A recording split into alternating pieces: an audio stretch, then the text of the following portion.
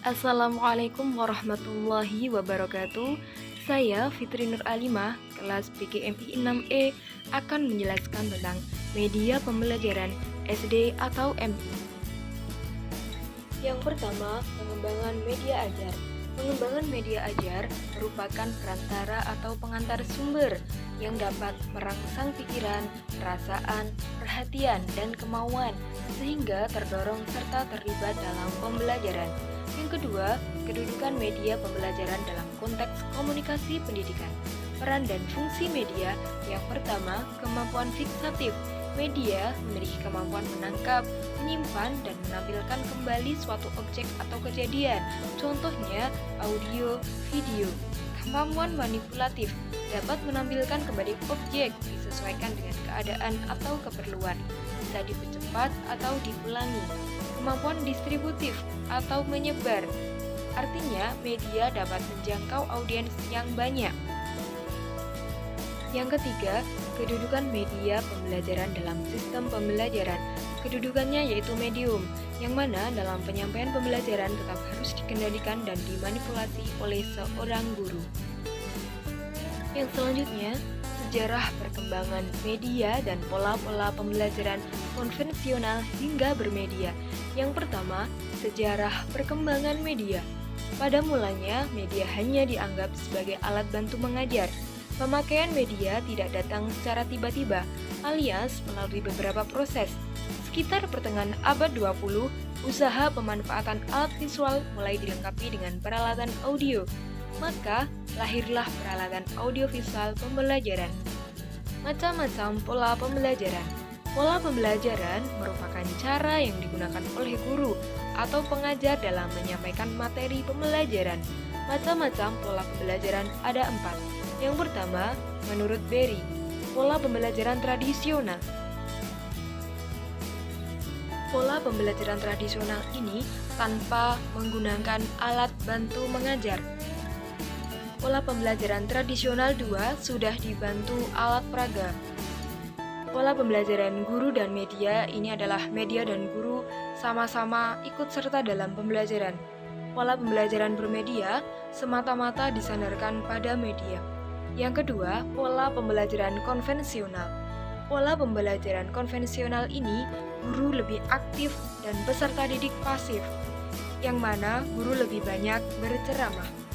Yang ketiga, pola pembelajaran bermedia. Guru mempersiapkan bahan pengajaran secara sistem dan terprogram, jadi siswa belajar secara mandiri. Yang keempat, pola pembelajaran daring atau dalam jaringan atau pembelajaran online, di mana pengajar dan pelajar tidak bertatap muka secara langsung. Yang selanjutnya, peran dan manfaat media dalam pembelajaran. Peran media dalam pembelajaran yang pertama, pembelajaran lebih menarik, interaktif, proses pembelajaran menjadi fleksibel, memperjelas materi, kualitas pembelajaran meningkat, peran guru berubah ke arah positif. Manfaat media terhadap proses dan hasil belajar. Membuat konkret menjadi abstrak, menghadirkan berbagai objek yang terlalu berbahaya, menampilkan objek yang terlalu besar atau kecil, memberikan pengalaman yang nyata, memperbesar perhatian siswa, dan meningkatkan mutu pendidikan. Landasan media pembelajaran.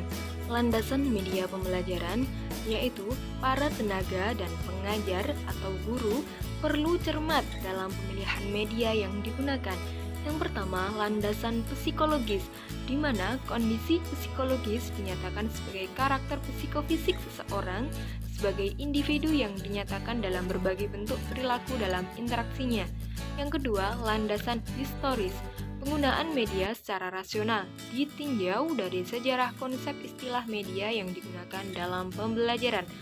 Landasan empiris dan teknologis, penggunaan media atas dasar kesukaan guru, tetapi juga disesuaikan dengan karakteristik peserta didik, memilih media teknologi yang lebih inovatif dan menarik. Memahami klasifikasi dan karakteristik media pembelajaran SD atau MI. Klasifikasi media dibedakan menjadi 3, liputan luas dan bersamaan, contohnya TV, radio, dan faksimil. Yang kedua, terbatas pada ruang, film, video, slide, dan lain-lain. Media untuk belajar mandiri, modul, buku, dan lain sebagainya. Karakteristik media audiovisual dan audiovisual. Media audio ini hanya suara, media visual bisa gambar, dan media audiovisual ini adalah gambar beserta suara. Karakteristik media realita, memberi pengalaman langsung kepada anak, contohnya uang, tumbuhan, badan, dan lain sebagainya. Karakteristik media berbasis komputer, efektif, menyesuaikan, interaktif, menarik minat, dan terkonsep.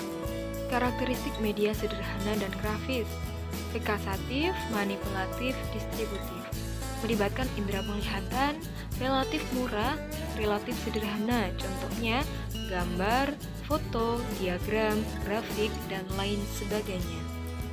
Sekian penjelasan dari saya, semoga bermanfaat. Wassalamualaikum warahmatullahi wabarakatuh.